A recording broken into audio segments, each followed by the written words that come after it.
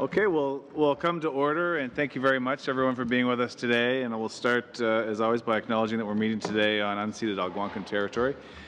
We have today guests from the Office of the Auditor General, and I'm very pleased to welcome Michael Ferguson, the Auditor General of Canada, Jerome Berthollet, Assistant Auditor General, Joe Martyr, Principal, and Glenn Wheeler, Principal. Thank you all for joining with us today. And excuse me for one moment. So if it suits you, we have 50 minutes in which to spend with you today. I'd like to offer you 10 minutes to present collectively within that 10 minutes, however you'd like to distribute that.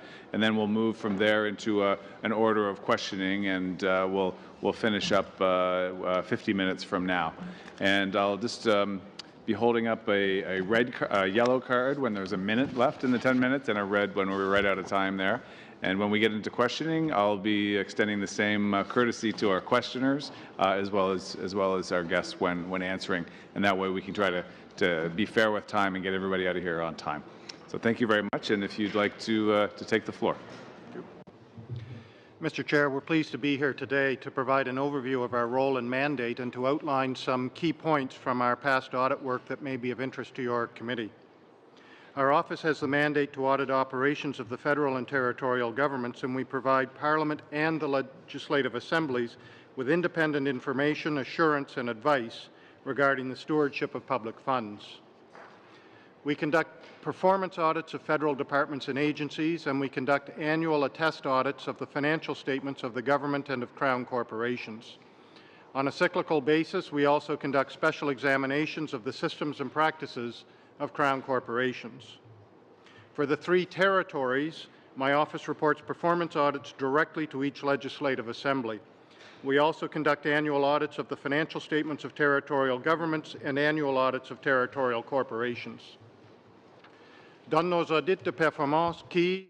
our performance audits, which we hope to help the work of your committee, we examine whether government programs are being managed with due regard for economy, efficiency, and environmental impact. We also look to see if there are means in place to measure the effectiveness of programs. Although we may comment on policy implementation, we do not comment on policy itself. The Auditor General Act gives our office discretion to determine which areas of government to examine through performance audits. Our selection of audits is based on risks, significance, and relevance to Parliament. The performance audit process takes between 12 and 18 months to complete. The results of our audits are usually presented to Parliament twice a year, in the spring and in the fall.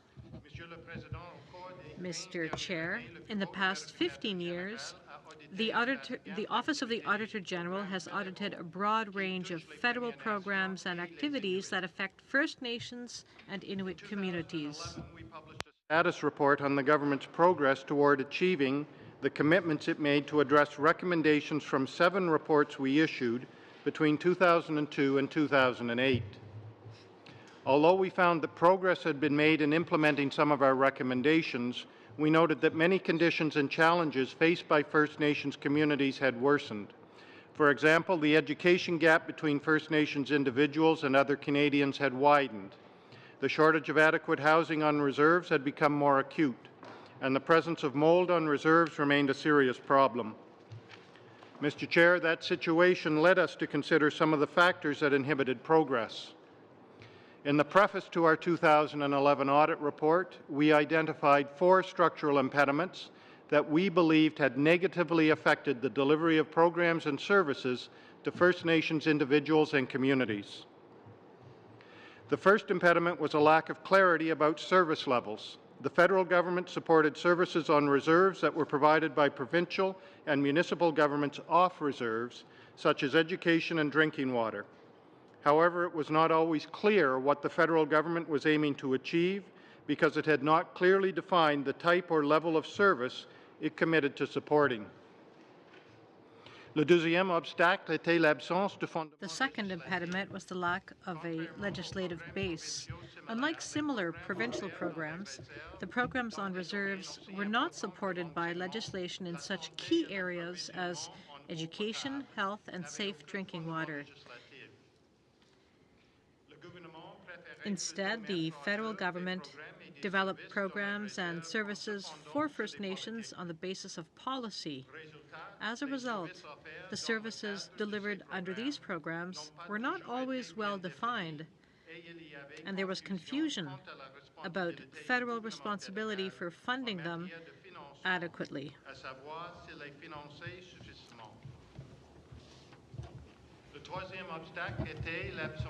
The third impediment was the lack of an appropriate funding mechanism. The federal government used contribution agreements to fund the delivery of many programs on First Nations reserves. Often, the contribution agreements had to be renewed yearly, and it was not always certain whether the funding levels provided to First Nations in one year would be available the following year. The situation created a level of uncertainty for First Nations and made long-term planning difficult.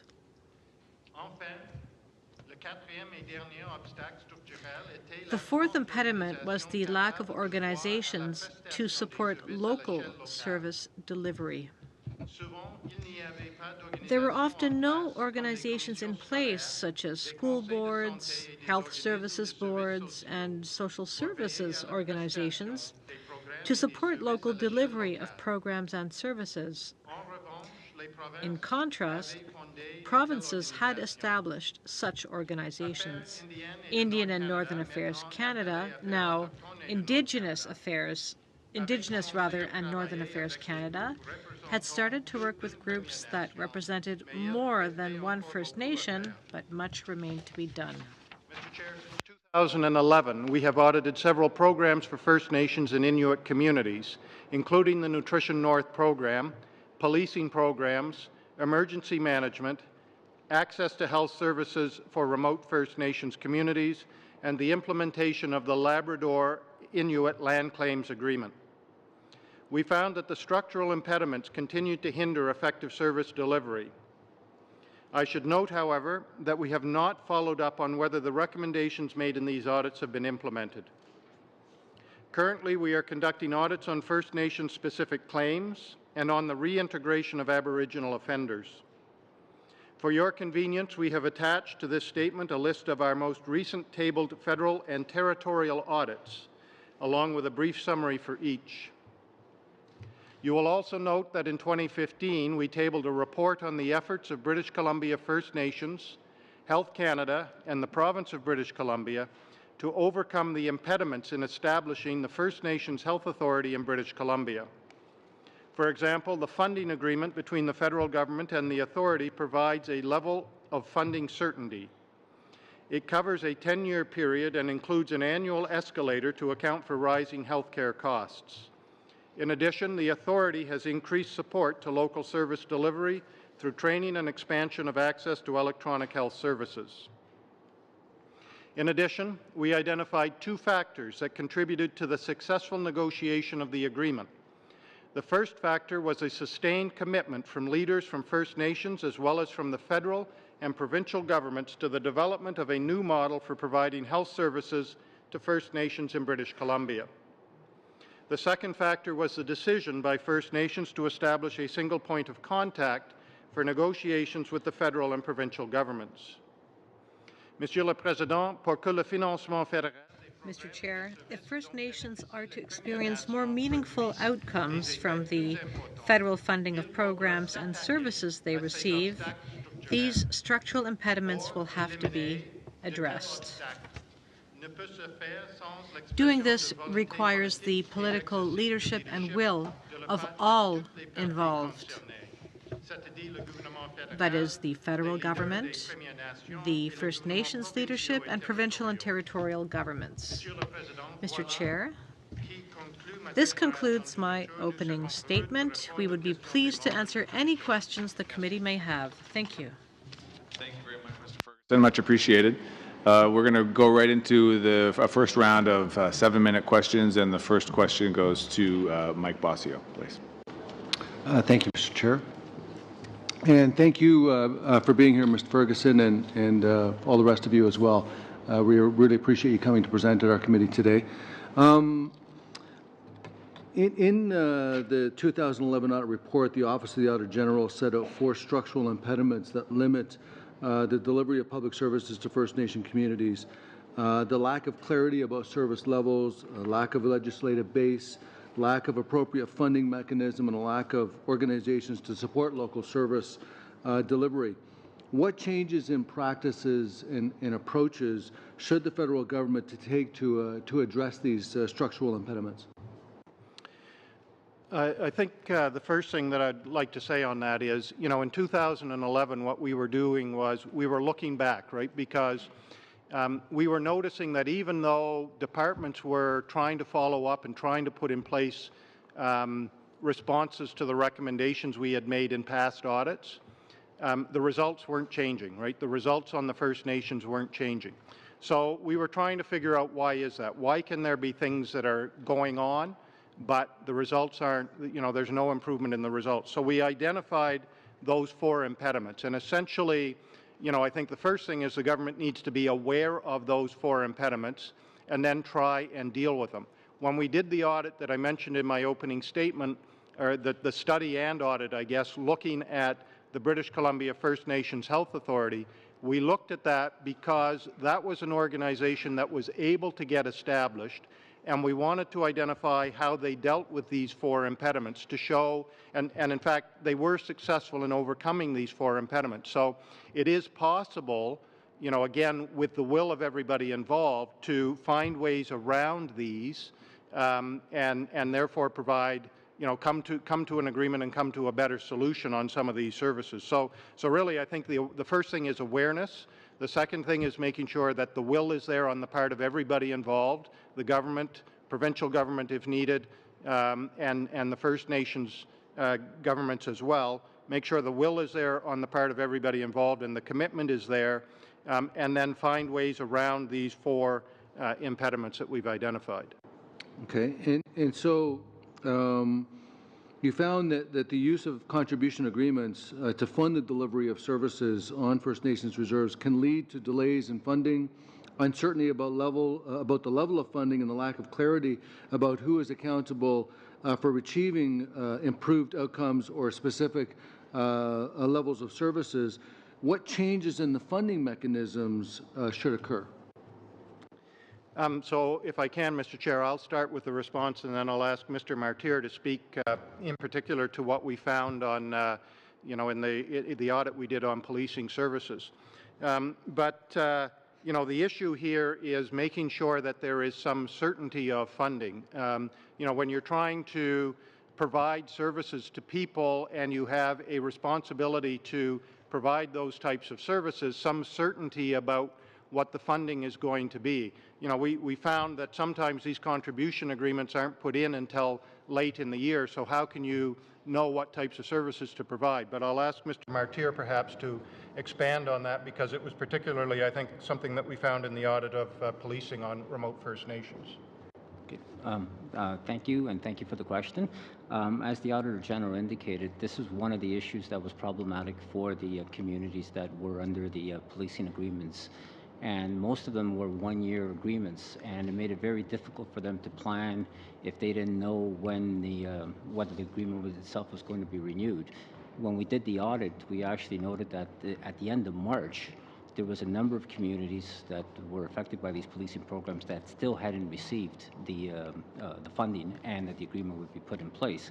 So it caused a lot of problems for them in terms of knowing, going forward, and whether they even had to lay people off or whatnot. So these contributions agreements, they range from 1 to 5 years, depending on the type of agreements, but the vast majority of them are 1-year contribution agreements. So it makes it difficult for people to plan and have some certainty about the level of funding they can expect to provide the services under those agreements.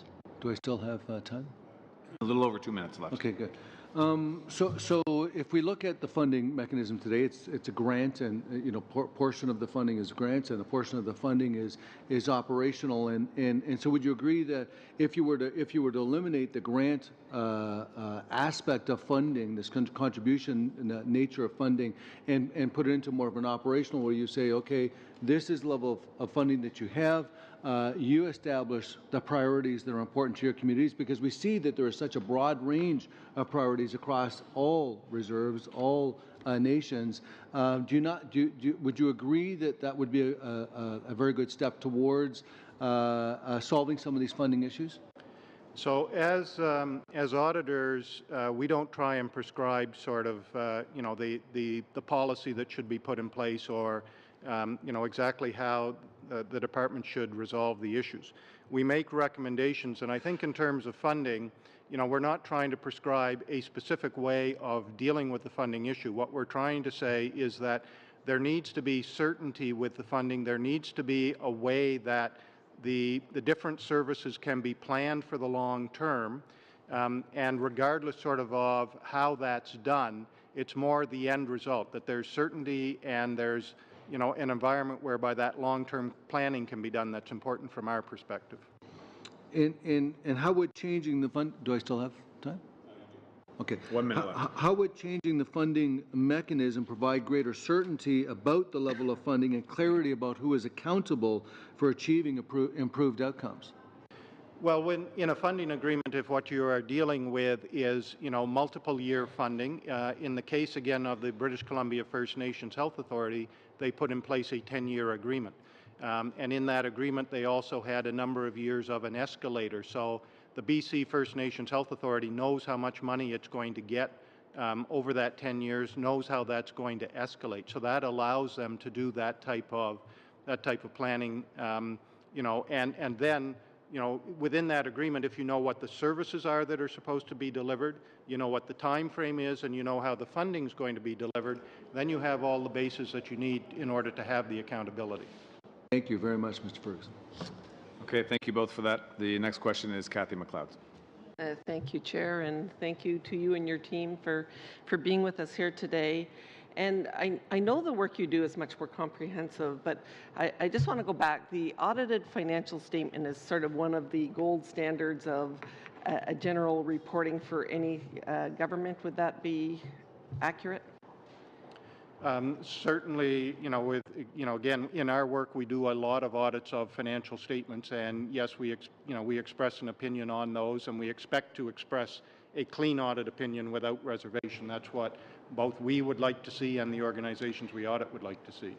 And so you would probably also agree that when auditors sort of do that reporting system, it should be widely and publicly available. It shouldn't be sort of hidden away, I guess, would be accurate? I mean, our office certainly, we are all about promoting accountability and transparency, and whether that's accountability and transparency for financial information, performance of programs. I mean, those are the types of things that that we are always looking for and that we're promoting. Yeah.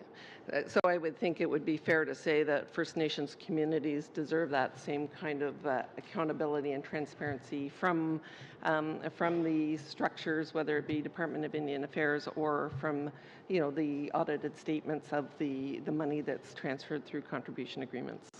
Again, accountability, I think, is something that is very important. If you look at the study and the audit we did on the British Columbia First Nations Health Authority, one of the things that we noted was, in setting up that organization, that they had some issues around governance and, and some transparency issues. So, in order for that organization to be successful, we identified that it was very important for them to have those types of governance structures. So they were successful in overcoming the obstacles that we identified in 2011 in order to establish that organization. So the organization was put in place, but then for that organization to be able to do what it needs to do long term, it needs to have appropriate governance structures in place, including the transparency. So certainly, again, accountability and transparency. We're not going to try and tell anybody how to do that. but we certainly, always are promoting accountability and transparency. Okay, thank you. So I guess my next focus, and we know that the current government has appropriately, I think, committed significant dollars that is going to go into education. So I guess there's a number of different ways to approach that. Now, obviously, we approached it trying to have a, in partnership, a legislative framework, and that faltered. No question that faltered. It was done in partnership, but it did not sort of get to fruition. So in terms of sort of that overcoming of the structure, is the sort of, again, the gold standard legislation with appropriate regulations? Would that be how you would like to see perhaps this move forward in terms of the additional support for education and how it gets structured? Again, I'm not going to try and sort of dictate any policy direction. I think in terms of, the whole issue of accountability and reporting for First Nations, a number of years ago, we did an audit that looked at the reporting burden on First Nations, and I think we identified that there were something like over 160 reports that government departments at that time were requiring from First Nations, some of them being very small. And that was a report that we would have done, in 2002, so, quite a while ago. And things may have changed since then. So, I think it very much is a matter of understanding the two-way street between the government as providing funders and the First Nations as governments that are providing, or part of providing services, part of that whole continuum, right, between the federal government providing services and the role of the First Nations in providing services. I think it's very much a two-way street to try and identify what's the appropriate mechanism for accountability and transparency to exist within that framework. Coming from British Columbia, of course, I'm very proud of the First Nations Health Authority, and certainly there's, I think, going to be some growing pains along the way, and your audit appropriately, identified some of the challenges ahead. So do you see, so we've talked about one being perhaps a legislative regulatory framework. This is in some ways a way to create some structure without legislation. So do you see this as something that potentially could get emulated, or is it really every single community in every province is going to have to be very different? Well, I think probably the reality in different jurisdictions will be different. I mean, essentially what happened in British Columbia, as I understand it, was from a legislative point of view, it was more a matter of pointing to pieces of legislation that already exist and saying, okay, we are going to abide by that, right? So that wasn't that there was a new legislative base put in place.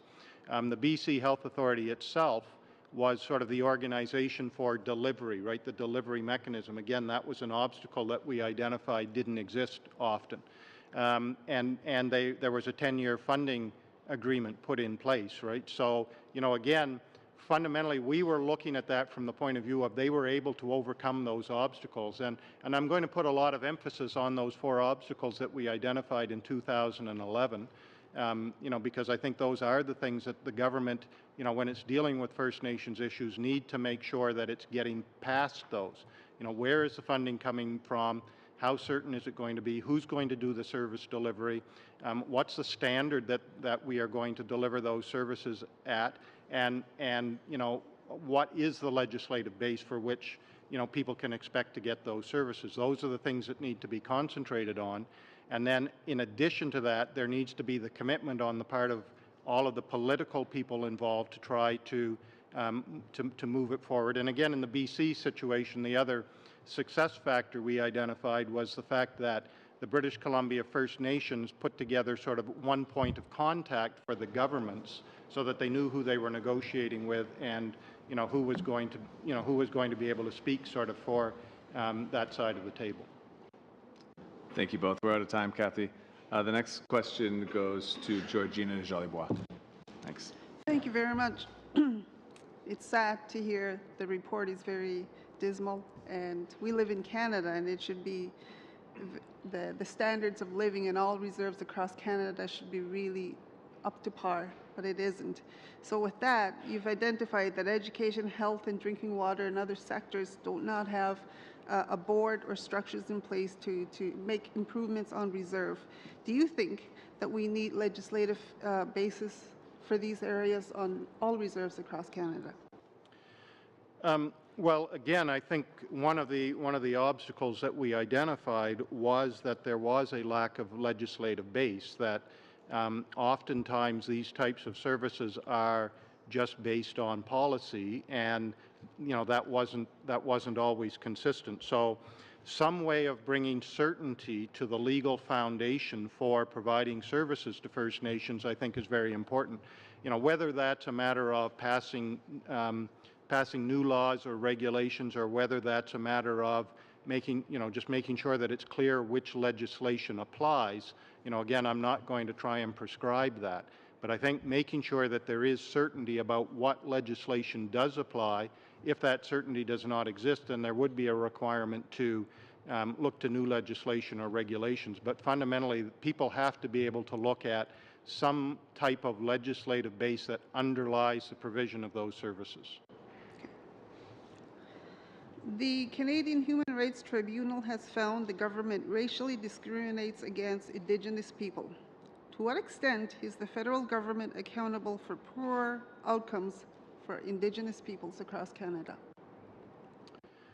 Well, I think our role in the whole accountability mechanism is that what we do is we go in and we audit government programs. So programs that the government is delivering to First Nations, and we've audited a lot of them, as I said in my opening statement, whether it be policing services or health services or the Nutrition North program, or drinking water or housing. We've done many audits over the course of the years. What our audits are doing is they are identifying areas where the departments are not delivering on the services that they are supposed to be delivering. So, we are certainly trying to make sure the information is available to people to so that organizations like this, committees like this, can hold the government accountable for the performance. I mean, I can think to the audit we did on health services in remote First Nations.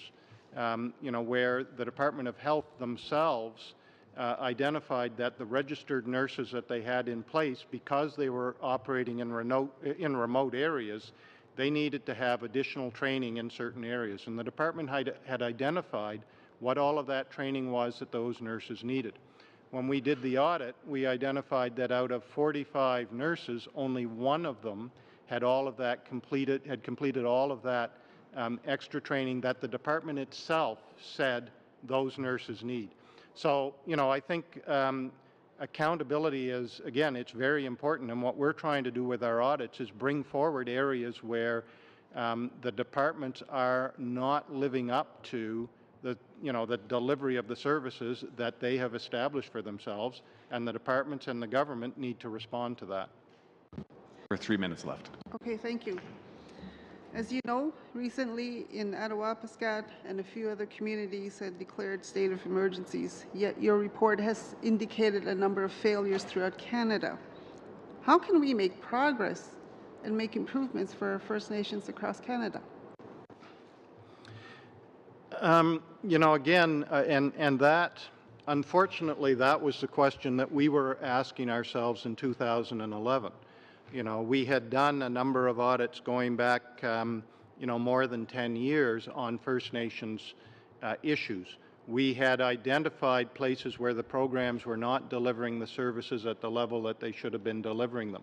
We were making recommendations about those. We did follow-up audits to see whether the government and the departments were implementing changes to their processes because of the recommendations that we made. And we found, in fact, they were doing that. They were making changes. They were trying to respond to our recommendations, but the results weren't any better, right? The results on the First Nations were, in fact, getting worse. So in 2011, we posed that exact question, what is causing this? And that's where we came up with those 4 obstacles. If it's not clear what level of service the government should be delivering on the First Nations, then nobody knows, who's supposed to be getting what. If there isn't a clear legislative base to sort of say, okay, this is what has to be provided, same type of issue. If the funding isn't there, you can't do long-term planning. If it's just, annual funding, you can't do long-term planning. And if there aren't the organizations on the ground who are actually responsible for delivering those services, then the quality of those services is going to suffer. So we identified those 4 obstacles. I think based on the audits we've done since, on policing, on disaster assistance, on health services to remote First Nations, I think we've just found that those same obstacles continue to exist. So really, I think that fundamentally, there needs to be a real focus on those 4 things that we identified then and figuring out how to remove those obstacles. 1 minute. 1 minute? I'm just thinking of ways to improve, and you've identified, but at some point there's a gap. Your report and to the solutions in between. What are the steps? Well, again, I think the first step would be to identify and to commit to a level of service, right? So whether it's in health services or it's in policing services or whatever services, what's the level of service that's going to be delivered on those First Nations? I think that's the first thing. I think the second thing is very much making sure that there is a predictable and long-term approach to funding, so everybody knows, how much funding is going to be put into these services, how long that's going to be there for, and again, these are things that happened in British Columbia in establishing the British Columbia First Nations Health Authority, so it can be done. We're out of time. Okay, thank you both for that. The final 7-minute question goes to Matt DeCourcy, please, Matt. Merci beaucoup, Monsieur le Président, et merci beaucoup, Monsieur Ferguson. Thank you very much, Mr. Chairman. I have a question for Mr. Ferguson. I'd like to start by saying that it's a real honor to represent the riding of Fredericton and to follow in the footsteps of Andy Scott, our former Minister of Aboriginal Affairs. And with him, we signed agreements with Native leaders. We signed the Kelowna Accord. To think back to where we were 10 years ago, ready to embark on a partnership with Indigenous Canadians and to make sure that we address some of the gaps that we still see 10 years later. And I can tell you that in my conversations with Indigenous leadership in my community, and I have 2 First Nation communities with strong leadership, they see some of the issues that you talk about, and they've seen it get worse over the last number of years. They've seen more unpredictability with their funding. They characterize it as smaller and smaller pots of project funding as opposed to stable, long-term program funding. And I wonder, you talk about the impediment of unstable contribution agreements and unstable funding agreements. You also talk about the impediment of a lack of a legislative base. I wonder if through your audits, through the work of your office, you've seen particular instances in which services were ill-defined due to maybe the rolling back or shrinking of project allotments or programs over the last number of years. Well, I'm not sure that I can make sort of all of the cause and effect, but again, we found a number of different areas where, the services were unpredictable, where it wasn't clear what the services were supposed to be.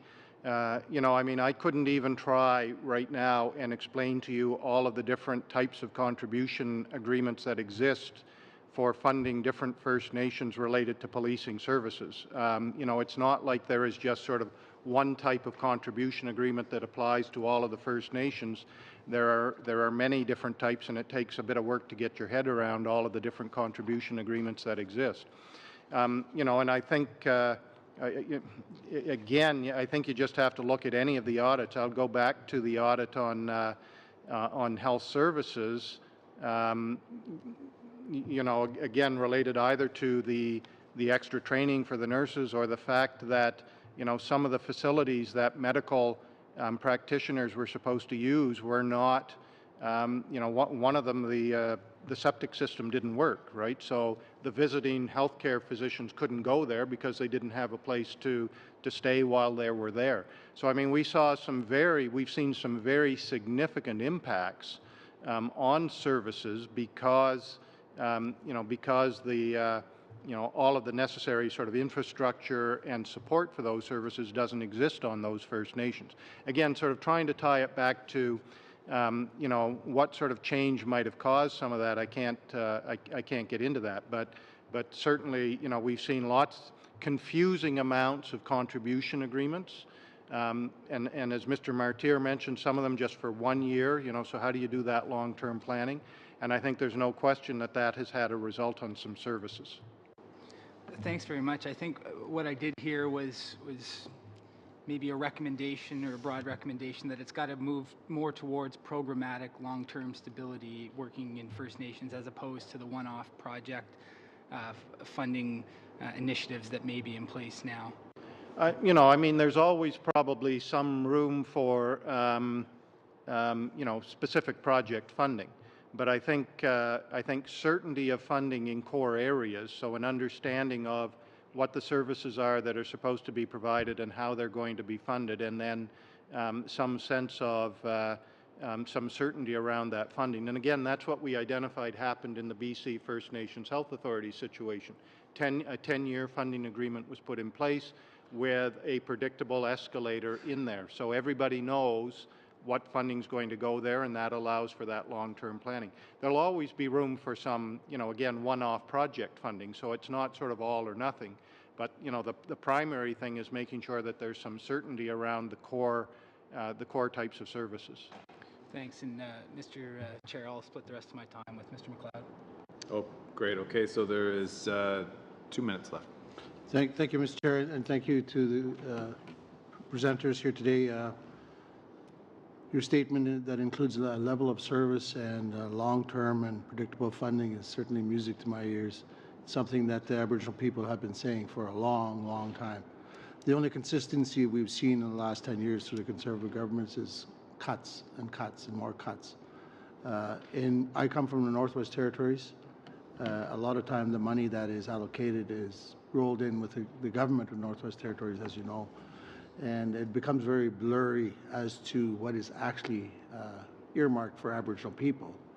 So as we watch housing money deteriorate to a point where the government is bringing in 10 trailers, I think, a year from Alberta, and that is our housing program, it becomes very concerning. We're reaching a housing crisis. We have our health funding and non-insured health benefit funding overdrawn. So we recognize that a lot of the previous government has been offloading to the provincial and territorial governments. 1 minute, Mike. They can't afford it. I'll just end it there with a question that has been troubling me for some time now is, would you be able to take a look at how fair the funding for Aboriginal people in the Northern Territories are compared to the rest of Canada? We don't have dollars that are specifically earmarked. We don't have programs that come from Indigenous affairs, and we have high social issues across the territories. I'm not going to commit to doing any sort of particular audit right here, but certainly, you've raised an issue. We're always interested in trying to understand all of the issues that exist. And I think you've sort of raised another issue around how funding is allocated, and certainly we can do some work to take a look at that to see if there would be something that we could audit. But again, I'm not going to sort of commit right now that we will end up doing an audit, but having that type of input to help us understand what the issues are is always helpful. Okay, we're out of time. Thank you. We're moving into the 5-minute round of questions, and the first question goes to Arnold Gerson, please. Thank you, Mr. Chair. Thank you to our witnesses today. I really appreciate the work that you do, and it's as I look through the list of all the reports that you've put out, it looks like you're busy people. So thank you for making time to come and address us today. One of the things that we were proud of in our term as government was the Financial Transparency Act, and I was just wondering if you could comment on how the that rollout went, and how many, if you did a study on how it was approached by the communities, and what kind of take-up we had with that piece of legislation? We really didn't do an audit on that piece of legislation or how that was implemented. So really I can't comment on that. Okay, thank you. We talked a lot already today about the contribution agreements that have been around, and you talked about in BC, specifically the health area there. Is there other layers of government, municipal or provincial, that have similar contribution agreements, and is there other layers of government where the same thing happens, where there isn't a contribution agreement and lack of funding? Well, if the question is specific sort of to the First Nations file, again, I would say that, there's a whole gambit of different types of, agreements in place between various levels of government. So sort of trying to categorize them, wouldn't be particularly easy. And we haven't really audited that from the perspective of, all of those different types of programs that are out there. What we identified in the British Columbia First Nations Health Authority situation was that, it wasn't just long-term stable funding from the federal government to the health authority. It also involved the provincial government and provincial government funding from a long-term basis for the health authority as well. So that was a case where we have seen it. I don't think any of the other audits, did we see it? Okay, so Mr. Martyr can speak to another case. Well, thank you for that. As the Auditor General mentioned in the open statement, in order to make movement in a lot of these files, there has to be the will and the coordination among all three players. For example, the policing program, that's a program that's funded 52% by the federal government and 48% by the provinces. So and they have different types of agreements that we talked about. So we saw there that it's very important that these programs are coordinated. When you talk about health services in remote communities, again, that whole delivery and the health services that are being received by the recipients from the First Nations point of view, it's very important that they get the health services from all the players. So it's coordination is a very important issue that has to be managed by all three parties. The emergency management issue also, there's provincial funding that takes place there until the emergencies is such a magnitude that the feds have to kick in. So in a lot of these programs, the federal government normally has the lead, but from the service delivery point of view, there's all the three players that have to be involved, and the services themselves are actually delivered by many First Nation organizations. Thank you. You noted that on many First Nations reserves, they lack organizations to support service delivery, such as school boards and health service boards. Did you come across any reasons why those boards don't exist, or is it because of the different structure in government, or is it there's just not the expertise in the area? Again, I think it's probably difficult to generalize. And I don't think we were sort of looking to necessarily why do they not exist. I think that what we identified was simply that, when there is a gap, in having those types of organizations there to make sure that services are delivered, then it's harder to make sure those services are getting to people. So, I think it was more just a matter of identifying that in order to make sure that those First Nations members are getting access to those types of services, it's important to have somebody whose job is to make sure that on the ground to make sure that that those services are actually being delivered to people. Thanks. We're out of time there. Arnold, thanks. The next question goes to Gary and Andasangri.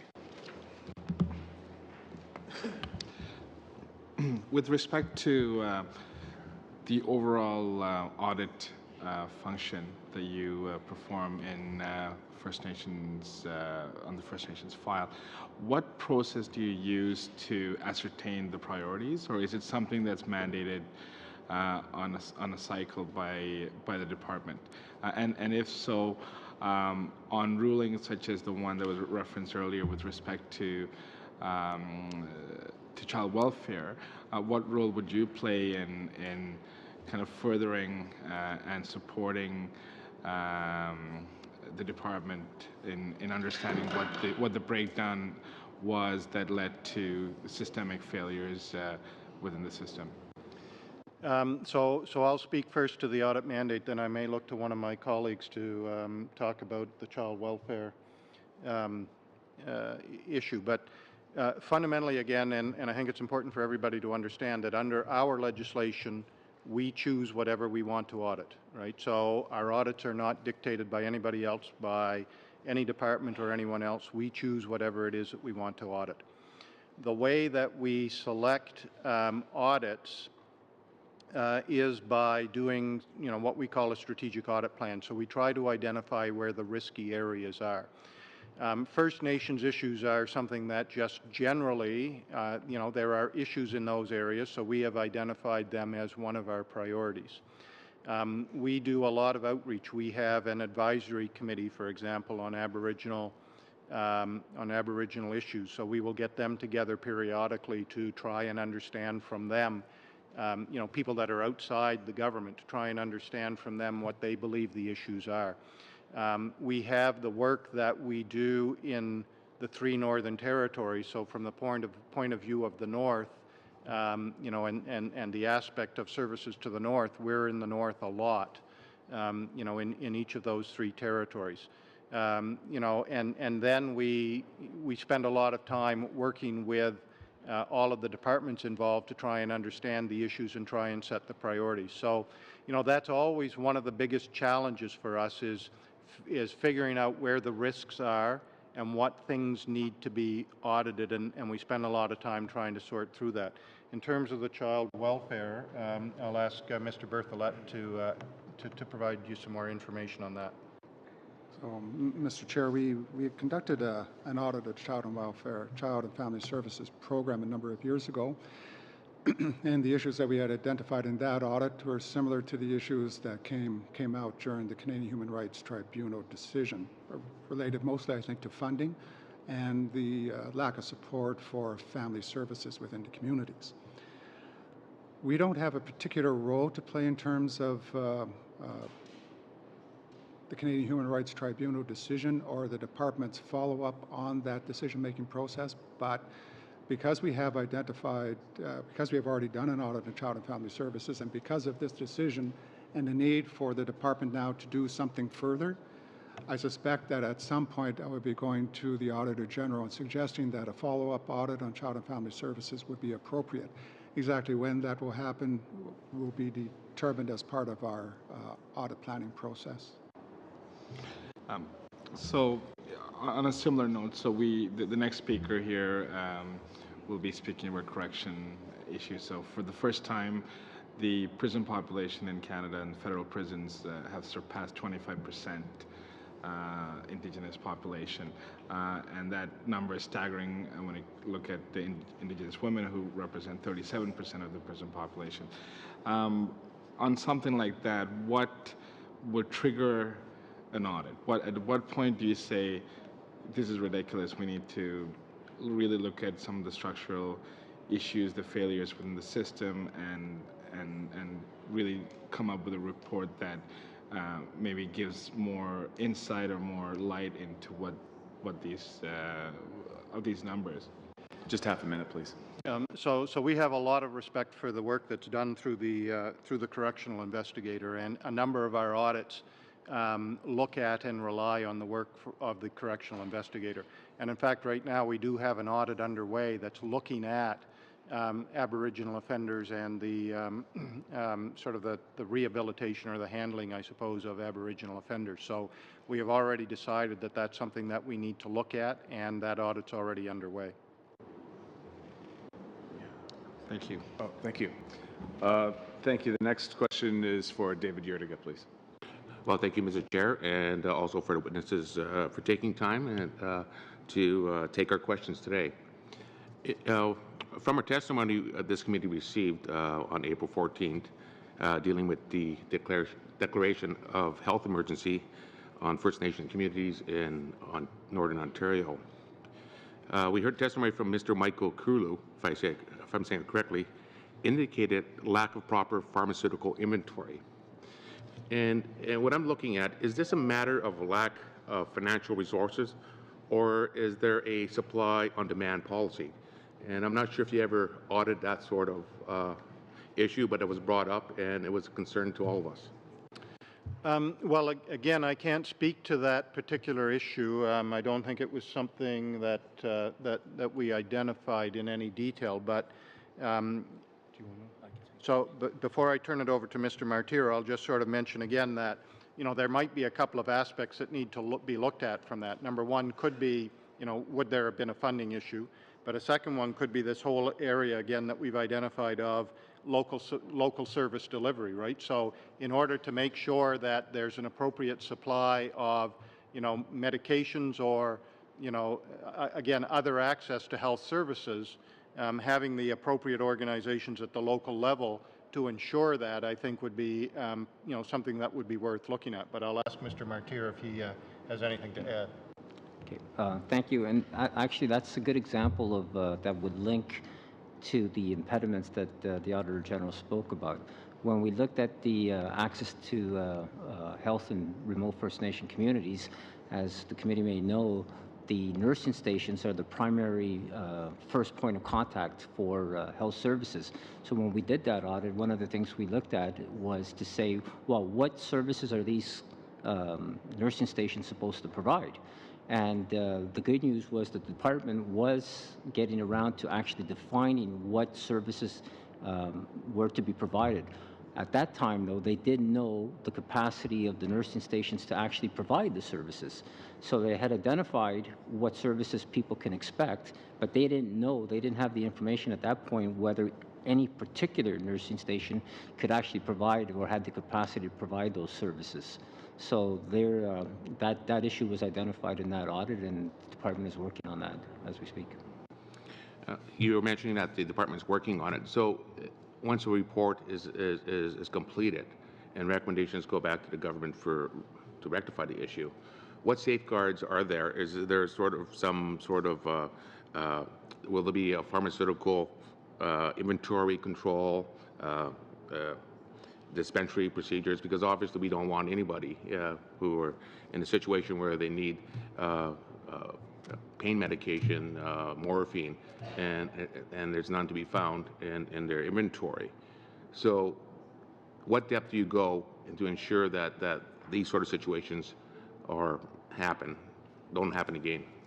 I think again, as Mr. Martir pointed out, and it goes back again to this idea of having the right support at the local level, right? The first thing is to identify, what type of sort of pharmaceutical, whether it sort of be, I guess, sort of availability of those drugs, what level of that is needed at these First Nations nursing stations, then making sure that the supply is happening, that the people know how to handle it, all of those types of things, right? So again, it goes back to making sure there's a definition of what level of, in this case, pharmaceuticals need to be available at the nursing station, making sure there's a way to ensure that that's getting there and that the people that are there that are handling it, so that you've got that appropriate local support level to make sure that if people need that type of medication and should have access to that type of medication at the nursing station, that it's already been defined, the nursing station knows how to handle it, they know how they're going to get it, and somebody is making sure that that's happening. So, the department needs to, in this case, I guess it would be the Department of Health, needs to make sure that all of those components are in place, not just for, pharmaceuticals or medication, but for all of the health services that they've identified should be delivered through those nursing stations. Well, yeah, you're at it. Sorry, please finish your thanks. Well, thank you very much for those answers. Sorry to cut you off there, my friend. The final 5-minute question for the Office of the Auditor General is going to Michael McLeod. Thank you. Once again, I wanted to compliment you on some of the work that you've done. It's really interesting, and I certainly will get copies of some of these documents to review further. The one area that I wanted to flag as a concern, and I'm from the Northwest Territories, and we've had quite a few land claims that have been settled there. I think we have 4 large claims that have been concluded and signed off, and the expectation would be that the tribal council or the Aboriginal government would then move into the next stage of providing governance to its members. However, in my discussions after being elected to this position, I'm quickly realizing that a lot of these fiscal arrangements that were supposed to be part of the discussions have not moved forward, some as far back as 2004. The policy or the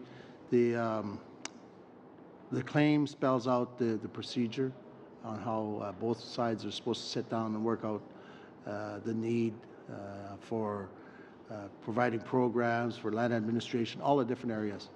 And the Conservative government in the last term decided to come out with a new policy, the harmonization policy, which brings forward a whole new set of rules that nobody expected and would provide maybe a 1/3 of what the Aboriginal governments need to govern their people, provide the programs, provide all everything that's agreed to in their agreement for operations. I'm wondering if that's something you've looked at, because I see you looked at the Labrador claim and implementation and how that's working, especially in Northwest Territories. In terms of the audit we did on the Labrador Inuit Land Claims Agreement, I think I think maybe sort of what would be relevant was part of the, I believe it was the Fiscal Arrangement Agreement. Under that agreement, the Nunatziavik government had been given and taken on, I suppose, responsibility for housing within the land claims area. But there was no actual mechanism for them to access any funding for a housing program, right? So there wasn't sort of a specific federal program that existed for that. So here there was a situation of a land claims agreement with a fiscal arrangement agreement that was saying that, you know, the Nunatziavik government was going to be responsible for housing, but there was no way for them to deliver on that housing obligation and responsibility. You know, the other thing that we noted was that there had been about, I don't know, I think it was about a 10-year disagreement between the Department of Fisheries and Oceans and the Nunatziavik government over access to shrimp quotas. And you know, there just was never any resolution to that problem. The agreement included a dispute resolution mechanism, but that dispute resolution mechanism was never used to try to resolve the dispute. So I think, you know, to me, when we looked at that Labrador Inuit Land Claims Agreement, I think that there are a number of things in there that, you know, the government needs to learn from in terms of, you know, making sure that when an agreement is establishing a responsibility and a First Nations government is taking responsibility for something, that it's understood how they're going to be able to live up to that responsibility. And also, when there is a disagreement that happens over the course of an agreement, that both parties have the confidence in the dispute resolution mechanism that they can go to that and will accept the end result of that.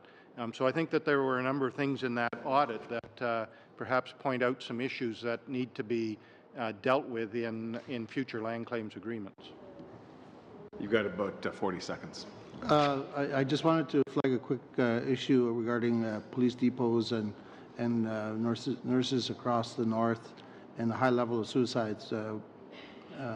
You can't have nurses in the community if you don't have RCMP, and if you don't have RCMP, you can't have nurses. So there's a real challenge there, and I think the high level of suicides we have between Nunavut and Northwest Territories, we have 650 suicides over the last 15 years, and we don't have any services. So I was going to go along that line of questioning, but I think I'm out of time. So thank you very much.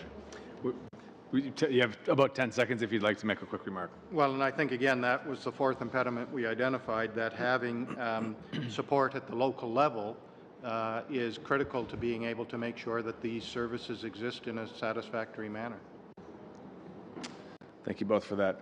Mr. Ferguson, Mr. Martyr, Bertolette, and Wheeler, thank you very much for your time today and for the great preparation, for sharing your expertise, and the information that you've left with us will serve us well as we move forward. Thank you very much.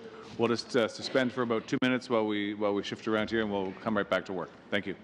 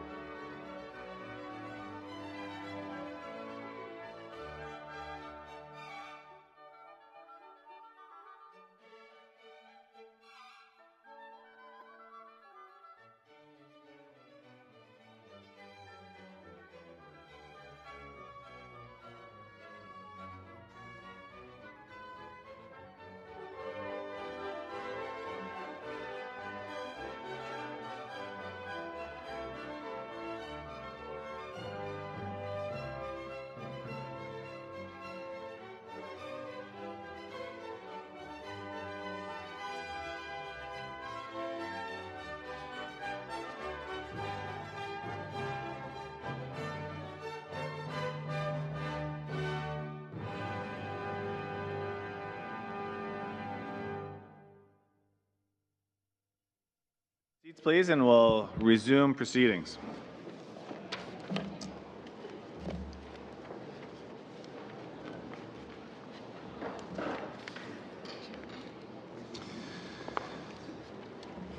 All right, we'll get underway.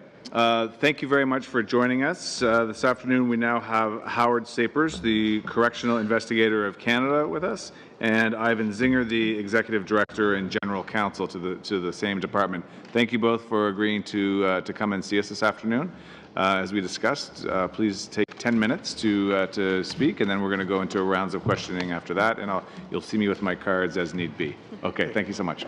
Thank you very much, Chairman, and thank you, committee members, for inviting us to appear so early in the session. I really appreciate the opportunity to provide this briefing and answer your questions.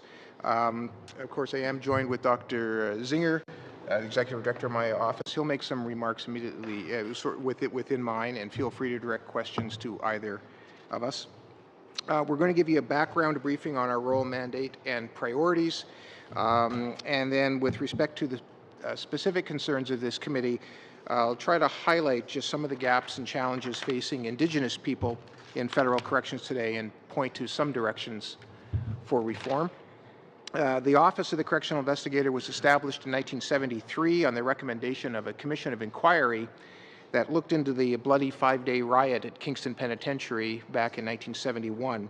A main finding of the inquiry centered on the lack of an effective and impartial outlet to redress inmate complaints, grievances. In 1992, the office's mandate was entrenched into legislation, Part 3 of the Corrections and Conditional Release Act. It's interesting that the lack of an effective and expeditious grievance process continues to be a #1 concern of the office. Under Part 3 of the CCRA, the office is mandated to conduct investigations into the problems of federal offenders related to decisions, recommendations, acts, or omissions of the Correctional Service of Canada. Now, the office is an oversight, not an advocacy body. Staff members don't take sides when resolving complaints against the Correctional Service. The office independently investigates legitimate complaints and ensures that federal offenders are treated fairly and in compliance with the legal and policy framework. We view corrections through a human rights lens, and we make recommendations to the Correctional Service to ensure safe, lawful, and humane correctional practice. My staff has complete and unfettered access to all federal facilities, CSC documents, staff, and offenders. I consider offender access to my office, including ensuring staff presence and visibility, to be a priority when fulfilling my mandate. Investigative staff regularly visit federal institutions to meet with both offenders and staff, and I can tell you they're a very busy group. With respect to issues and concerns of this committee, in January of this year, my office reported that the federal correctional system had sadly achieved an ignominious milestone. 25% of the inmate population in federal penitentiaries is comprised of Indigenous people. That percentage rises to more than 35% for federally incarcerated women. To put these numbers in some perspective, between 2005 and 2015, the federal inmate population grew by about 10%. Over this same period, the Aboriginal inmate population increased by more than 50%, while the number of Aboriginal women inmates almost doubled, being one of the fastest growing subpopulations in federal custody. My office estimates that Indigenous people are incarcerated at a rate that is 7 to 10 times higher than the national average. For young Indigenous people, the criminal justice system has become what residential schools were for their parents and grandparents. In 2014-15, Aboriginal youth between the ages of 12 and 17 accounted for 33% of all admissions to youth custody in Canada. Indigenous girls accounted for 44% of female youth admitted to custody last year. Unfortunately, many of these people find their way into the adult correctional system. Bonjour, Monsieur le Président et membres du comité. Good afternoon, Mr. Chairman and committee members. Over the last decades, the Prairie region has led growth in the incarcerated population in federal corrections. It's now the largest region, both in geography and in the offender population. It also has the largest concentration of the Aboriginal inmate population in federal corrections. Today, 47% of the inmates in the prairies are Indigenous. Some institutions in the prairie provinces can be considered Indigenous prisons. A history of disadvantage follows Indigenous peoples of Canada into prison and often defines their outcomes and experiences there. Indigenous inmates are more likely to be classified as maximum security, spend more time in segregation, and serve more of their sentence behind bars compared to non-Aboriginal inmates.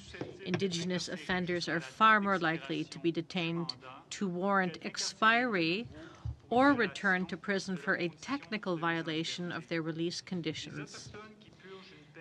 Aboriginal people under federal sentence tend to be younger, less educated, and more likely to present a history of substance abuse, addictions, and mental health concerns. A recent file review of the social histories of Indigenous women offenders indicates that over half of the women reported having attended or having had a family member attend residential school.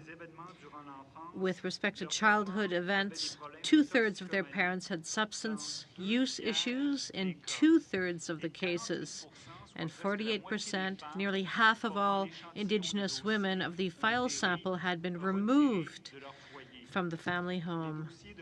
Almost all of the women's files indicated the existence of previous traumatic experiences, including sexual and/or physical abuse, as well as substance abuse problems. The latest year-end performance and accountability report for Aboriginal corrections, prepared by the Correctional Service, indicates several areas that require improvement to reduce the gap in correctional results and outcomes between Aboriginal and non-Aboriginal offenders.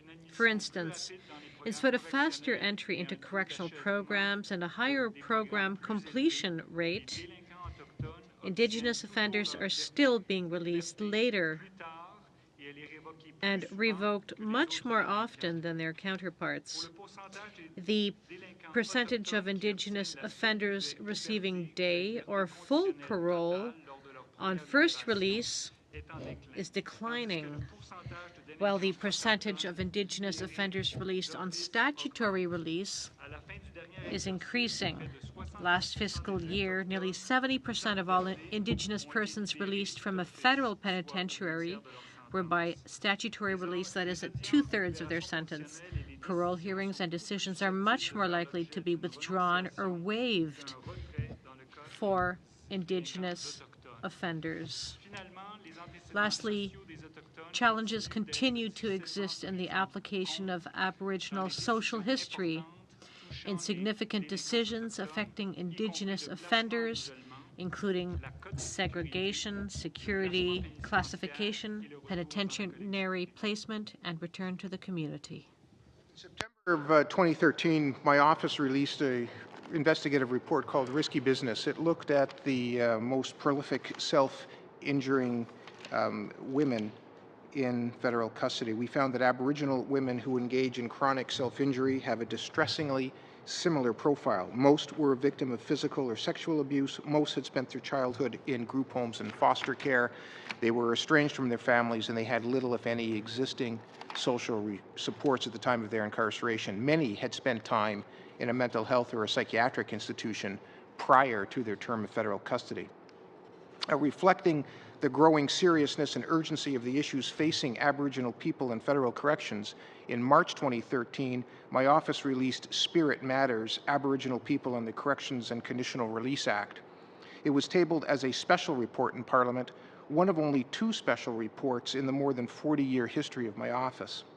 The report looked at Aboriginal provisions, specific Aboriginal provisions of the Corrections and Conditional Release Act, which were designed to enhance Aboriginal community involvement in federal corrections and address the overrepresentation of Aboriginal people behind bars. And at the time of that act, that overrepresentation was around 17%. It's now 25, and I can't finish this in a minute, but I'll do my best. More than 20 years after its enactment, we found some troubling gaps between the law and practice. For example, since 1992, only 4 agreements under this authority have been concluded between the government and Aboriginal communities. There were no healing lodges at all operated by Aboriginal communities in Northern Canada, Ontario, Atlantic Canada, or British Columbia. We also found limited understanding of Aboriginal people, culture, and approaches to healing within federal corrections. There's also funding and contractual limitations that impede work and access to elders. There's inefficient attention paid to the urban realities and demographics of Aboriginal people in conflict with the law. The previous government's response to my report and its 10 recommendations was disappointing and not at all responsive to the findings and the recommendations of Spirit Matters. Overall, while acknowledging the problem, the position taken was largely to defend the status quo. The history of the tabling of this special report and the nature of the response it generated are both quite interesting. I'd be happy to elaborate on this history during the question and answer period if it's of interest to the members. The problems that I have discussed demand focused and sustained attention and a real commitment to change and reform. This is why I continue to call for the appointment of a Deputy Commissioner for Aboriginal Offenders to ensure an Indigenous perspective and presence in correctional decision-making. Movement on this issue, which goes to corporate focus and political direction for federal corrections, is simply long overdue. There are some very important calls to action contained in the Truth and Reconciliation Commission's final report that pertain to corrections. They include, number 1, eliminate the overrepresentation of Aboriginal people and youth in custody. 2, implement community sanctions that will provide realistic alternatives to imprisonment for Aboriginal offenders. 3, eliminate barriers to the creation of Aboriginal healing lodges within the federal correctional system. 4, enact statutory exemptions from mandatory minimum sentences of imprisonment for Aboriginal offenders, particularly those affected by fetal alcohol spectrum disorder. And 5, reduce the rate of criminal victimization of Aboriginal people. These are ambitious goals. We should be under no illusion. Confronting and repairing the harm visited upon Aboriginal people as a result of colonialism and restoring a relationship amongst equals will not be easy. Ending the cycles of intergenerational violence and abuse and discrimination that bleed into our jails and prisons will require deliberate and sustained action. If you could finish However, up, Mr. Sapers, thank you. As the Commission reminds us, we don't advance as a society by avoiding or ignoring uncomfortable truths about our collective past. Mr. Chairman, thank you for the invitation. I'm sorry this is rushed. There's lots to say. I look forward to your questions. Thank you for that, and I hope that you'll agree to leave behind a copy of your notes that we can have for our record. That would be wonderful, and I'm sure what you didn't say will come out in the questioning. The first round of questions are 7 minutes, and the first question goes to Don Rusnak, please. So thank you for appearing today. The issues in our correctional institutions across this country are just deplorable. It's funny, well, not funny, it's really sad, but the correlation between the last 10-year increase in the population and the cuts to funding of Indigenous programs by the previous government just been troubling to me.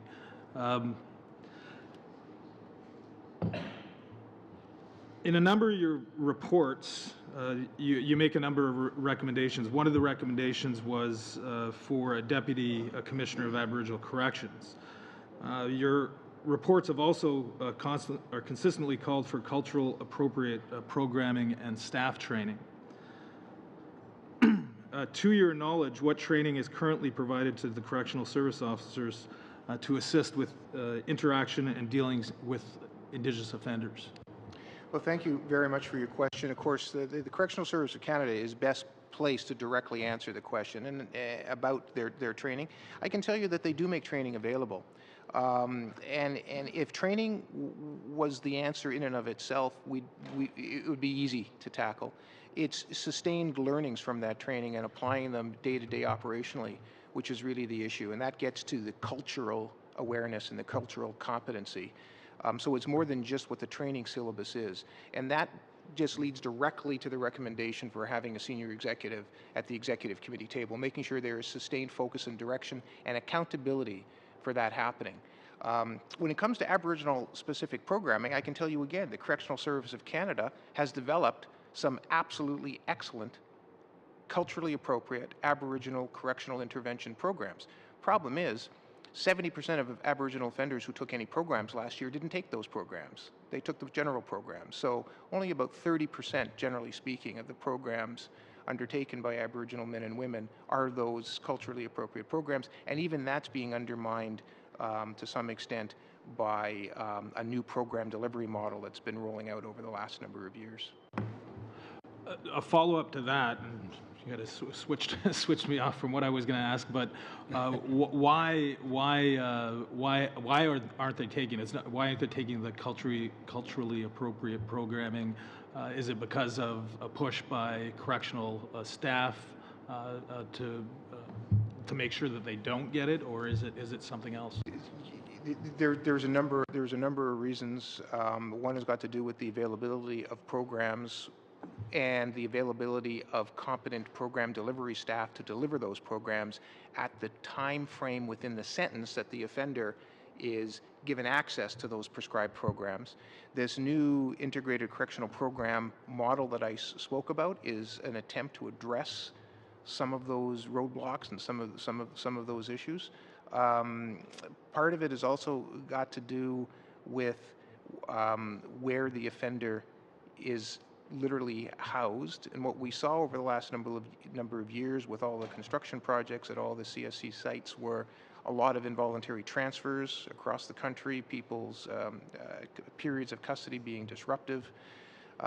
So it could be that over the next 5 years those numbers will be less dramatic in terms of the misalignment of program need and program capacity. I have some degree of optimism about that, but certainly if we simply look at the past, if we look backwards, you'd question my optimism.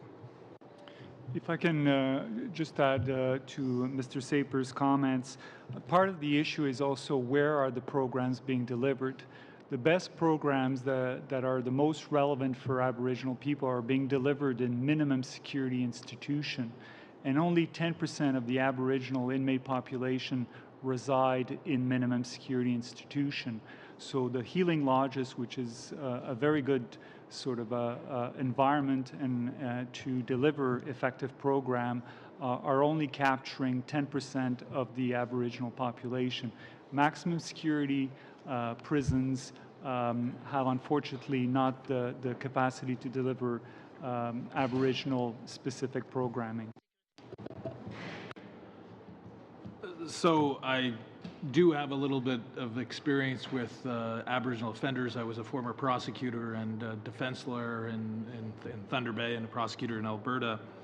I know that the issues aren't, you can't disconnect the issues. We have huge problems in Indigenous communities, and you touched on some of it, the legacy of the residential school program, the lack of or low funding for education, isolation all across this country. But getting back to the culturally appropriate program and staff training, in your view, are the current training measures adequate within the penitentiaries or within the federal institutions? The most simple answer is no, which is why we could, even though training in and of itself won't solve the problem, but training is part of cultural change. The provision of training is an expression of leadership and commitment. So the training, as I say, the training has to be sustained. It can't just be during correctional officer intake. It can't just be online refresher training. It has to be sustained. It has to be relevant. And training as well, it's not enough to simply say, well, we have Aboriginal cultural awareness. That would be like saying we have European cultural awareness. You know, there's lots of indigenous cultural practices that people would need to become familiar with in different regions of the country, and so coastal, northern, prairie, central nations have different traditions that need to be respected. We're out of time. just to add another element to this, the Correctional Service Canada has exceeds the employment equity requirement with respect to the Aboriginal group. So they are about 10% of Aboriginal people in CSC's workforce. Unfortunately, we have penitentiaries that where the inmate population is 50 or 60% Aboriginal, and there's an issue about how to connect with Aboriginal people if your workforce isn't as representative as possible. The other issue that we have made note of is in terms of Aboriginal people within Correctional Service of Canada.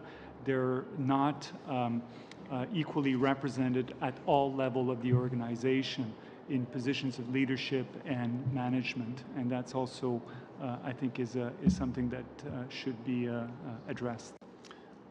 Thank you. Next question to David Utica, please. Well, thank you, Mr. Chair, and for the witnesses being here today. This is a very important topic, and you know, we have to do better. And obviously, we're all here and want our correctional system to be a lot more efficient and a lot more sensitive to our Indigenous people's needs. You know, and I understand that your office acts or serves as an ombudsman sort of role. Does your department also deal with provincial issues, provincial prisons, or are you just mandated for federal correctional institutes? Federal corrections only. Thank you for the question. Provincial ombuds offices typically handle a fairly high volume of complaints from federal and territorial jails and remand centers. Okay, obviously you report to the, some level of government. Is it multi-reporting, or is it just reports to the government, the justice minister, or how does that work? We're mandated in the Corrections and Conditional Release Act to produce an annual report that's given to the Minister of Public Safety in June of every year. The Minister is then required by law to table it within 30 sitting days of the Parliament. So all members of Parliament and Senators receive our report. We also have the ability to issue special reports when, in my opinion, the issue is so urgent that it cannot wait for an annual report, which is why we tabled Spirit Matters in Parliament. And we also issue public interest reports, typically based on our systemic or thematic investigations. And so you will see reports that will be dealt with in public that won't be necessarily tabled in Parliament. Okay, thank you. Okay, how is the cultural and traditional beliefs incorporated into the Office of Corrections Investigators mandate? Is there a document? Is it, so how is it incorporated? Does it sort of migrate into a programming in the jails or prisons? I'm not sure. I think I may have missed a key word in your question. Did you talk about Indigenous policing? No, Indigenous programs. I mean, obviously, when people are incarcerated, we want to somehow incorporate their culture, their traditional beliefs. Okay, so how is Aboriginal culture reflected in correctional programming? Yes. Okay, so there's actually many ways. The Correctional Service of Canada has published a lot of good information on this, and I can tell you that things have gotten better over the years in terms of recognizing the importance of bringing culturally specific programming and initiatives inside. So there are institutional elders, there are community elders that come into the institutions, there are Aboriginal liaison officers and program officers. There is the training that we've already talked about. There are things called pathway units, which are units where Aboriginal offenders can reside, and they abide by a certain standard of conduct, and they participate in ceremony. There are elder-assisted hearings, for example, operated by Parole Board of Canada. There are ceremonial grounds on many institutions that allow for things like sweat lodges. So there are a number of initiatives. There's a carving program for Inuit offenders at a particular institution in Ontario. So there are a number and a range of initiatives. The question is really, what is that all leading to? And sadly, when it comes to the real litmus test of this business of corrections, it's the reintegration and return to the community and the success that people have in the community. And on all of those measures, in spite of those initiatives and those programs, those measures are all trending in the wrong direction. So Aboriginal offenders tend to spend longer in custody before release. As compared to non-Aboriginal offenders. When they are released, they are usually burdened with more conditions, residency requirements, for example, on statutory release. They're more frequently revoked or suspended on conditional release if they are released in the community. So, so clearly something's not working. There's a disconnect between all of that activity and the outcome, which is safe and timely return to the community. So just to perhaps complete Mr. Saper's comments, it's important to note that the Corrections and Conditional Release Act has very specific provisions dealing with Aboriginal people. There's a statutory requirement imposed upon the service to deliver programming that meets the need of Aboriginal people. There is a provision that deals specifically with providing religious and cultural sensitive provisions such as the elders. There's a requirement to establish an Aboriginal advisory committee. And finally, there's two provisions that allows the Government of Canada to strike agreement with Aboriginal community to either for the care or the custody or supervision of Aboriginal people in Aboriginal communities. So the problem becomes one of implementing those provisions, and I think that's where the biggest gap is that those 1992 provisions haven't been fully implemented. Half a minute. I'll be quick. So obviously, and everybody wants more funding. So in your view, how much are we lacking in percentage? Do you need to double your budget? Where we have to go? Obviously, we want more funding, but what's that number?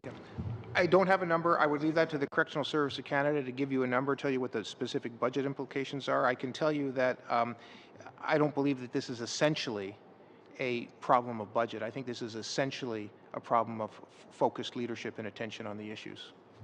Okay, thank you. Okay, thank you. The next question goes to Randall Garrison, please. Thanks very much, Mr. Chair, and it's good to see Mr. Sapers and Mr. Zinger again as the NDP Public Safety Critic and Vice Chair of the Public Safety Committee. I've had the privilege of hearing your testimony many times. I'd like to start by thanking you for the work that you and your office have done to identify issues of special concern about the treatment of First Nations people in our correctional system. Since you've been appointed, you've been particularly attentive to this problem, and your two special reports, which you mentioned, I really recommend to all the members. The 2013 report, Spirit Matters, and also Risky Business. And what's important to me is both of those highlight the social factors and historical context that underlay the relationship of First Nations people with the justice system. And of course, that was recognized in the Gladue decision, and that's now a legal requirement that those circumstances be taken into account. In your presentation, you mentioned the 5 points in the Truth and Reconciliation Commission. And I guess I'd start by saying, how else, other than by implementing the Gladue commissions, can you accomplish the Gladue principles? Can you accomplish these 5 recommendations? Is there any other alternative? Well, you know, Gladue and subsequent rulings by the Supreme Court, like Appeal, are absolutely essential to making progress and seeing.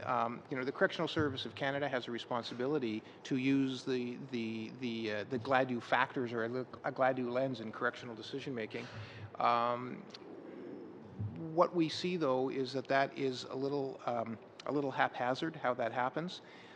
One piece of research that the Correctional Service conducted for themselves, I think it indicated that in 98% of the case files that they reviewed, there was attention paid to Aboriginal life history. So there was some documentation that the decision makers had looked at the life history of the individual before them, which would suggest that they had looked at that through a Gladue lens. But there was really no conclusion at all that having considered life history, that it translated into any kind of differential decision making or any mitigation. And so that's the problem, that what the court perceived would be something that would lead to restraint in the imposition of a sentence or a lengthy period of incarceration or difficult conditions of incarceration in correctional practice has translated into just the opposite. So those same factors, certainly there's a fear that those same factors don't mitigate and don't lead to restraint. In fact, they lead to just the opposite. Those factors lead to higher security classifications, longer times in custody, delays in release, etc. And so we had a lot of discussion of culturally appropriate programming. I think we've discussed, you and I have discussed this before, that you really can't say in terms of the profile of the population that culturally appropriate programming is available. The amount of programming there, which would be culturally appropriate, simply doesn't match the number of First Nations people who are in the system. The capacity doesn't match need. That's absolutely true. And as I say, there are many reasons why there are program delays and why people don't get in. We haven't even talked about the complexity of individuals who are getting short in their sentence who then waive their hearings, who are encouraged to postpone their hearings for conditional release because they haven't been able to get into correctional programs, who their institutional parole officer or their case management team tell them, you won't get our support for a positive recommendation because you haven't done X, Y, or Z, but the problem is X, Y, and Z weren't available at the time when they needed it to be available. The complexity of factors that goes into that can be overwhelming, and they can be overwhelming for the men and women who are trying to navigate their way through the system and get to safe and timely release. I think usually we have this problem also that we focus on those in institutions when we talk about corrections, and we forget about that there's a lot of corrections that takes place in the non-institutional context. The Truth and Reconciliation Commission talks about the impact of mandatory minimum sentences.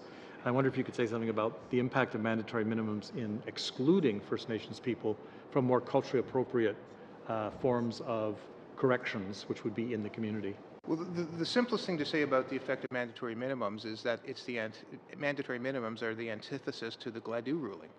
How can you instruct the court to use discretion and then impose a series of mandatory minimums that eliminate judicial discretion? They're fundamentally incompatible.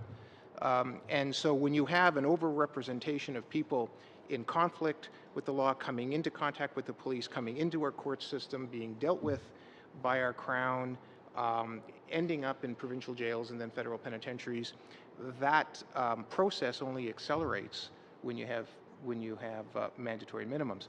And then at the other end, because of all of those things follow an individual into prison, and they have impact on the release decisions. So now we're seeing more and more individuals, when they are released, being released at their statutory release date with a residency requirement. That overburdens community halfway houses. Those halfway houses no longer are available to people on day parole because those beds are all being used by people on statutory release, and then that backs up the whole system, and it also diminishes the opportunities for those community rehabilitation programs that the TRC would like to see operate. It diminishes the potential for those to work and to have capacity to deal with the men and women coming out. Okay, just one last question I'll try to get in here. That we know that the Canadian Human Rights Tribunal stated categorically that Canada discriminates against First Nations children when it comes to education and child protection. Can you comment a bit, because of the younger age structure of the First Nations population involved in the correction system, of the experience of young First Nations people with the correction system? I am absolutely not expert on young offenders and youth offending. What I can tell you is that we know that crime more or less is a younger person's folly, and so younger demographic tends to be more caught up in the criminal justice system. We also know that the average age of an Aboriginal offender in a federal penitentiary is younger than the average age of a non-Aboriginal offender in a federal penitentiary. So that demographic in the general community tends to translate into the carceral population as well. Okay, thank you both for your time on that one. I'm just going to pause for some traffic keeping. The way the timing is going, I'd like to get through two more questions, Matt DeCourcy's and Kathy McLeod's, and then we have a little bit of committee business to take care of. So I just want committee members to be prepared. If you want to stay for the drafting instructions, we're going to be here till about 5:45, about 15 minutes late. Okay? So, so let's just pick up right back up again with Matt DeCourcy, please. Mr. Chair, I was under the understanding that Gary might take the time next. Okay, by all means. Thank you to my colleague, Mr. Sapers and Dr. Zinger. Thank you very much for very important information that you're sharing with us. On March 21st of this year, I had the opportunity of hosting an event for the International Day for the Elimination of Racial Discrimination, and I had Kim Pate as well as Dawn Nichols present there. And Kim Pate was with the Elizabeth Fry Society, and she's worked extensively with the Indigenous population, and Dawn is in charge of the Cree Nation justice system. I'm wondering if you could, and it seems like their approaches were quite different and their outcomes were quite different. I'm wondering if you could maybe share your experience with respect to justice that is internal in the sense of the Cree Nation, and how that compares to what we have in the overall criminal justice system. And that's my first question. I have a number of others as well. So if you can keep your answers brief. I wish there was a brief answer to that. So thank you. I don't want to mislead this committee in any way. My expertise is not on Indigenous justice systems. I can tell you that where we see hope and opportunity is for more community involvement, more cultural involvement, more elder involvement, more spirituality, more opportunities for reconciliation, a more restorative approach, more in engagement of the broader community. We know that the best chances for these folks, once they are enmeshed in the criminal justice system, is to get disentangled from it as quickly as possible and be returned to the community as soon as safely possible, and to be given the supports that they need in the community to avoid those same criminogenic issues that they were facing with at the time of their index offense. And so that's dealing with a whole host of variables, and we know that that's also tied into things like safe and affordable housing and vocational training and employment opportunities and educational opportunities and all of those other things which are well beyond the mandate of a correctional investigator. I can appreciate that, and I think, one of the most frustrating things is when you talk about all of this is stuff that we've been talking for 25 years, and I don't see much movement. If anything, it's getting worse. So I think we need to look at some serious structural changes. So one of the things that maybe we can consider, and I'd like to get your input into this, is something like a sentencing court. So if you're saying the current court system is not able to look at the important factors in sentencing, maybe once a conviction takes place, the actual sentencing process be removed into a special sentencing court that can look at specific issues with respect to the Indigenous population. Yeah, I think that there's a whole range of tools and levers available to the architects and the operators of the criminal justice system. So starting with what happens with charging practice by Crown Counsel and police practicing in terms of how that's done, through to what happens with bail and remand, and bail reform is so important, and then having the specialty courts that are really focused at diversion, whether they be mental health courts or community courts or GLADU courts, etc. That's all important, because all of that together should slow down the flow of people into penitentiaries. The Criminal Code of Canada already urges restraint in the use of incarceration. It's supposed to be the alternative to everything else. Sadly, we're seeing incarceration more and more being turned to as sort of the first response and not the last response. And that's contrary to legal principles, really, that our system is founded on. So at the outset of your statement today, you said and maybe I don't want to misquote you, but you compared the prison population, Indigenous prison population. It's analogous to the residential school system, or something to that effect. You mentioned parallels. What do we need to do now, and in a sense of urgency, to address the issues that you've highlighted? How do we, to suggest that we have 25% of our federal prison population is Indigenous, I think it's a staggering number. So what do we need to do, and what immediate steps does a new government need to take in order to address it in a very meaningful way that will actually have some results? Well, I think that the Prime Minister has made it clear in the mandate letters this is going to be a priority for the Government of Canada, and I think that one of the ways that priority is being pursued is through the Truth and Reconciliation Commission, and I certainly wouldn't presume to add to the work of now Senator Sinclair and that commission. I think that does spell out the way forward, and I think I think Canadians have high expectations about that. It's not going to be simple. Even in my little corner of that, which is federal corrections, and my little bit of knowledge or insight into what I think may make federal corrections more appropriate for that population, there's still a lot of work to do. So going back to things like the full implementations of sections 81 and 84 in the CCRA, looking at the role of the National Aboriginal Advisory Committee that's mandated by law, adding to the Executive Committee of the Correctional Service of Canada Deputy Commissioner for Aboriginal Programs. I think that those things, as bureaucratic as they may sound, are all going to be very, very, very important in the Correctional Service of Canada, contributing its bit to that overall effort of the Government of Canada. Mr. Chair, I yield. Do you have a pressing question? Give it a try, Michael. I just wanted to quickly mention that the comparison on the justice system to the residential schools certainly breaks my heart. It's not something I really link up to now, but there's a lot of truth in it.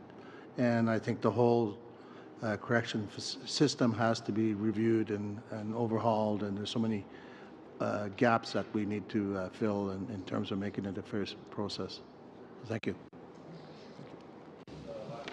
The Office of the Correctional Investigator is to Kathy McLeod.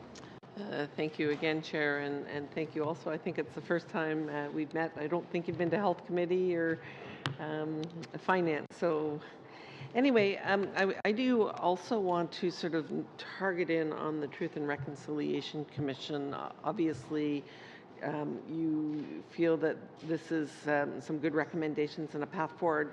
Now, I mean, I guess because I'm looking at all the 94, and as I'm looking at this 1 through 5, I mean, to me, 1 is really sort of a goal, and maybe 2, 3, and 4 are ways to move towards reaching that goal. Is that how you see, let's say, the 1 through 4? 1 is a goal that to eliminate the overrepresentation, but it's not really sort of a method to get there, whereas maybe 2 and 3 and 4 are. Yeah, thank you very much for your question, and it is. I think it is our first meeting, and so hello. In my reading of the TRC report and way forward statements, it is of course clear that it's highly aspirational, and it's also clear that this is a marker that's been laid down for not just this government but governments to come. These things are not going to come quickly. The Royal Commission on Aboriginal Peoples in years past, there's been, the TRC is certainly not the first report to make similar recommendations, but hopefully it'll be the last one that's necessary to make these recommendations. So I think intermixed with those 94 statements are some highly aspirational goals, and I think also some really specific prescriptive actions that need to be taken. And clearly it's now the government's job to figure out how to parse that and how to move forward.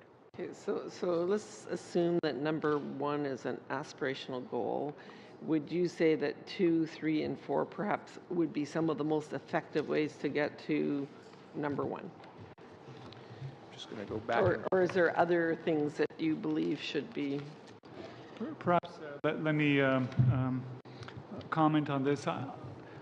I think personally that if I was asked to pick only one performance indicator as whether the actions of the Government of Canada is improving the situation of Aboriginal people in Canada, I would take the incarceration rate. And let me tell you that in social science, it's very rare that you have actually a linear relationship between time and a particular event. 30 years ago, 10% of the federal inmate population were Aboriginal. 20 years ago, it moved up to 15%. 10 years ago, 20%, and now we're at 25%. So if the government can actually stop, or even better, reverse that trend, that means that they would have made some gains in other areas like social, economic, cultural, and political rights. And you would have seen better employment, better education, better healthcare, better self-determination. So I think that's where I think the government should focus its attention to see that whatever it's doing, more of the same will not reverse that trend. And my prediction, it will be at 30% soon. So I just want to, so let's say number 3, which is probably one of the areas you'd be more familiar with. I mean, are there institutions that have good Aboriginal healing lodges in place, and has there actually been some research and studies in terms of the effectiveness of it? And are those reports on your website, or could you maybe table them with the committee? Yes, and in fact, thank you. And I was going to focus on recommendation number 3 and healing lodges, and just point out that the Spirit Matters report, which was the special report that was tabled in the fall of 2013, is in large part about eliminating the barriers to healing lodges. So in some ways, this current recommendation from the Truth and Reconciliation Commission, you've already got a roadmap on how to get there. And so in each of these TRC recommendations, I mean, they're all big, and there's many steps I think in operationalizing any of them. I can tell you that for healing lodges, you've got a pretty good roadmap in the Spirit Matters report. And then, unfortunately, we did not get the kind of response we wanted from the Correctional Service of Canada or the government when this was tabled. So there's a place to go. There's a place to go to look at those responses and see what needs to be done. Sorry, Chairman. No, that's good. Thank you for the question and for the responses. And in fact, Mr. Sapers and Dr. Zinger, thank you very much for your time today, for the information that you're leaving behind. And as I mentioned, if you could leave your opening speaking notes, I know it would help our hardworking analysts a great deal to have those at their disposal. Thank you. Thank you. Thank you. Pleasure being here today. Committee members, I'd like to, rather than suspend for a moment, I'd like to keep rolling here, and we'll go right into the committee business. Could I just have a motion to go in camera to get into that? Okay, Mike, and we got a seconder. Okay, Matt, and good. We'll go into in camera for the committee business, and as you'll